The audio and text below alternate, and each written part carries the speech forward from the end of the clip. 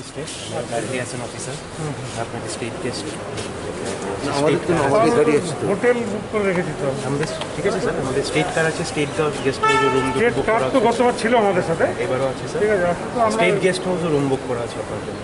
দরকার হলে আমরা এই বিষয় নিয়ে আবার পুনরায় আসছি।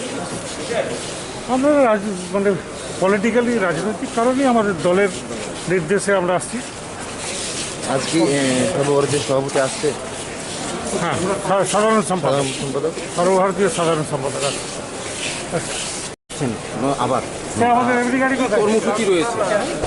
দেখুন, আমাদের সর্বভারতীয় সাধারণ সম্পাদক অভিষেক বন্দ্যোপাধ্যায় আজকে আসছেন মা ত্রিপুরেশ্বরীর কাছে, ত্রিপুরার মানুষের জন্যে, সবার জন্যে উনি পুজো দেবেন।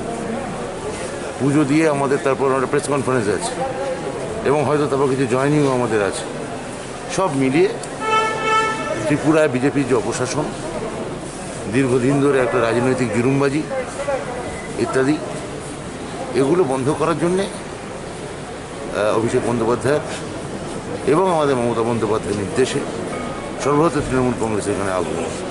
এখানে আমরা সংগঠন করব এবং আমাদের পাখির চোখ 23-এর নির্বাচন।